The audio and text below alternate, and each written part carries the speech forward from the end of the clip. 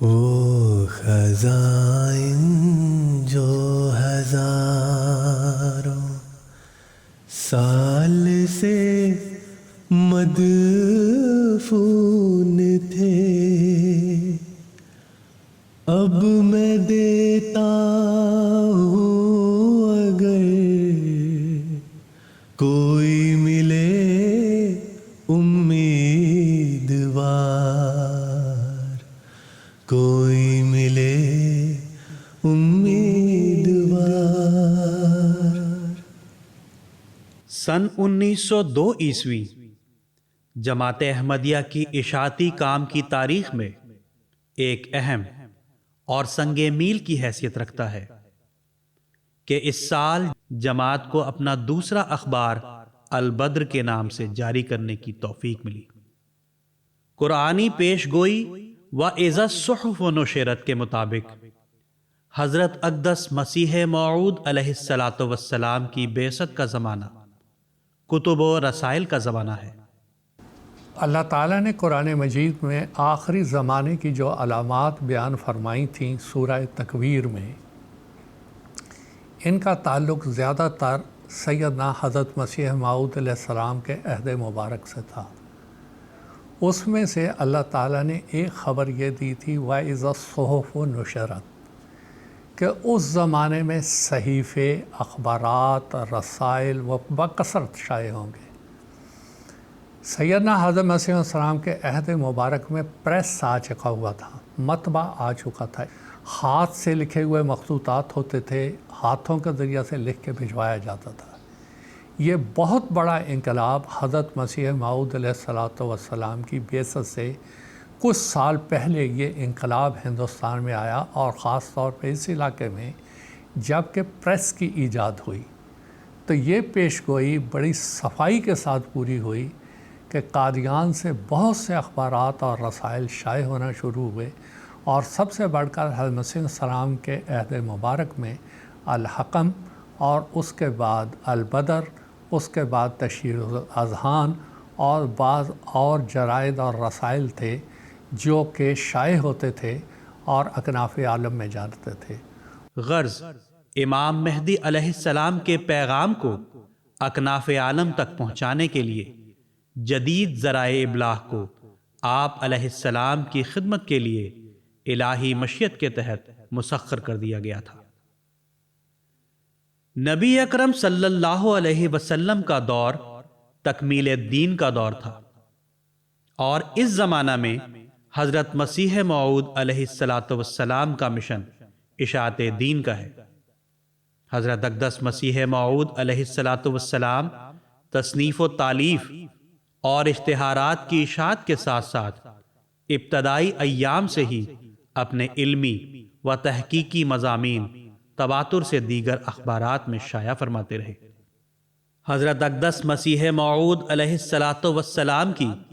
ہمیشہ یہ خواہش بھی رہی کہ جماعت کے اپنے چھاپے خانے ہوں جس میں اشاعت اسلام کا کام بلا تعطل جاری رہ سکے۔ سن 1902 عیسوی تک مرکز احمدیت قادیان سے صرف ایک ہی اخبار الحکم شائع ہوتا تھا، لیکن اسی سال بابو محمد افضل صاحب اور ڈاکٹر فیض علی صاحب صابر کی کوشش سے 31 اکتوبر سن 1902 عیسوی سے جماعت کو اپنا دوسرا اخبار البدر کے نام سے جاری کرنے کی توفیق ملی۔ سیدنا حضرت مسیح موعود علیہ السلام نے اس کا نام البدر رکھا، اور 31 اکتوبر 1902 کو اس کا پہلا پرچہ شائع ہوا۔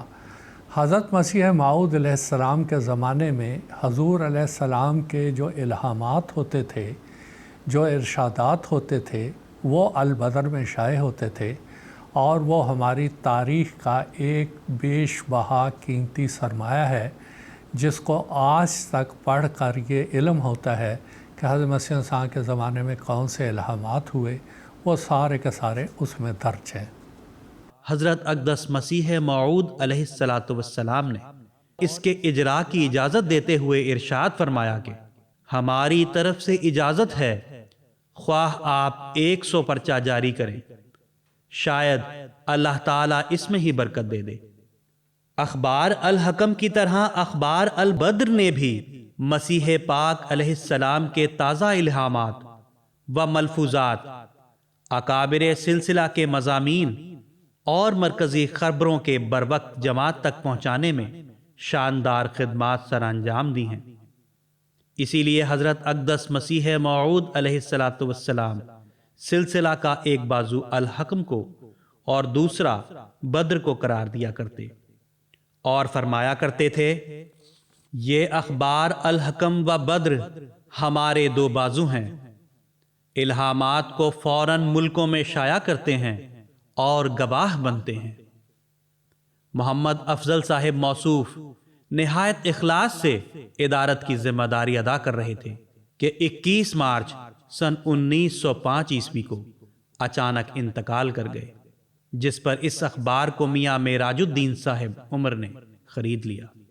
حضرت اقدس مسیح موعود علیہ السلام نے مفتی محمد صادق صاحب کو، جو ان دنوں تعلیم الاسلام ہائی اسکول کے ہیڈ ماسٹر تھے، اخبار البدر کا ایڈیٹر مقرر فرما دیا اور 30 مارچ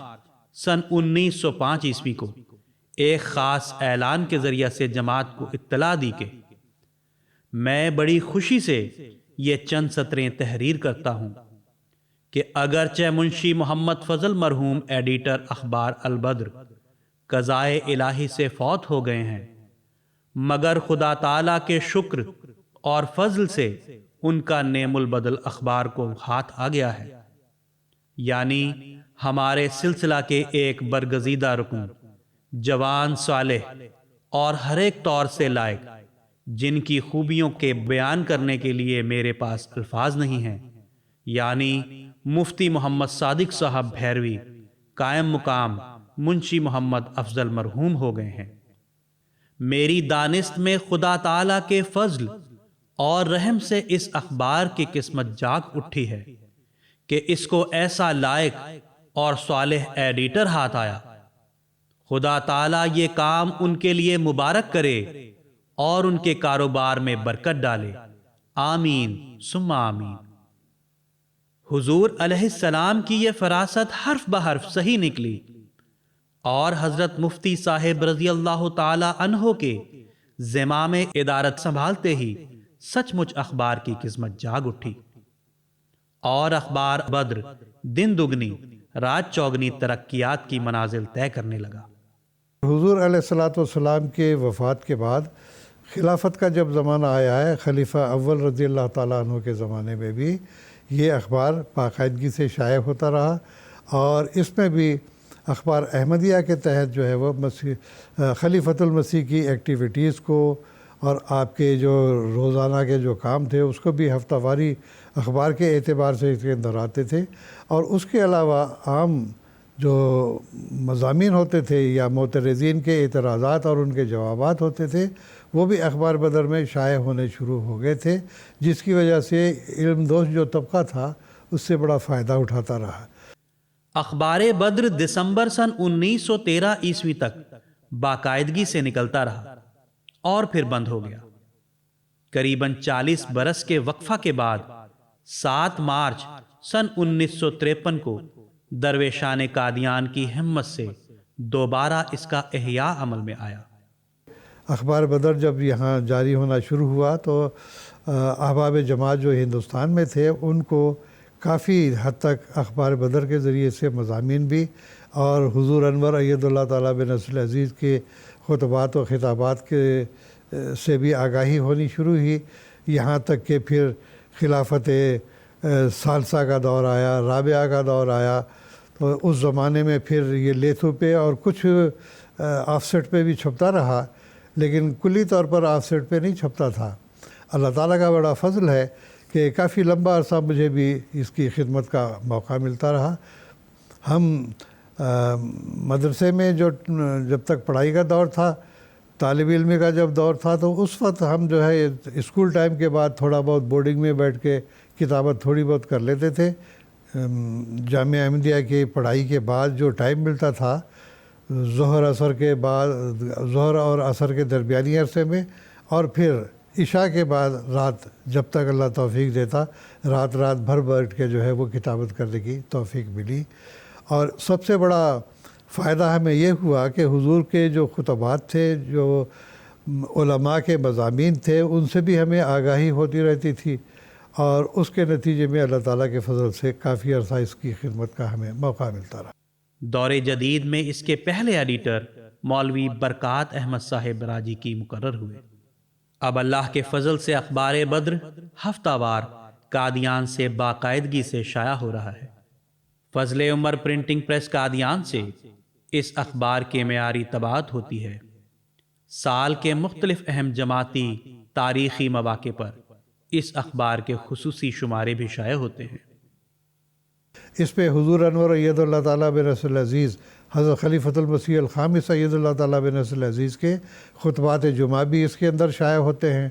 پھر اس کے علاوہ عام جو خطابات حضور کے ہیں، چاہے وہ جماعتی مسلک سے متعلق ہوں یا عوام میں جو ہے وہ یہ کہنا چاہیے کہ لوگوں کے لیے جو امن عالم کی راہیں ہیں، قرآن مجید اس کے بارے میں کیا کہتا ہے، اسلام کیا کہتا ہے، وہ تعلیمات آپ دنیا کے سامنے جو پیش کرتے ہیں، وہ خطابات کا خلاصہ بھی اور اس کا مکمل جو متن ہے وہ بھی اللہ تعالیٰ کے فضل سے اخبار بدر میں شائع ہوتا ہے۔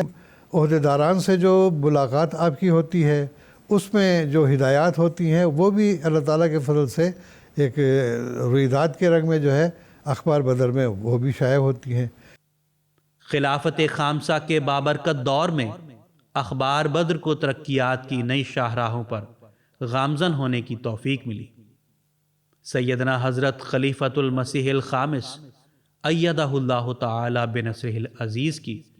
خصوصی توجہ سے اب اس اخبار کو انڈیا میں ریجنلائز بھی کیا گیا ہے، اور یہ اخبار اردو کے علاوہ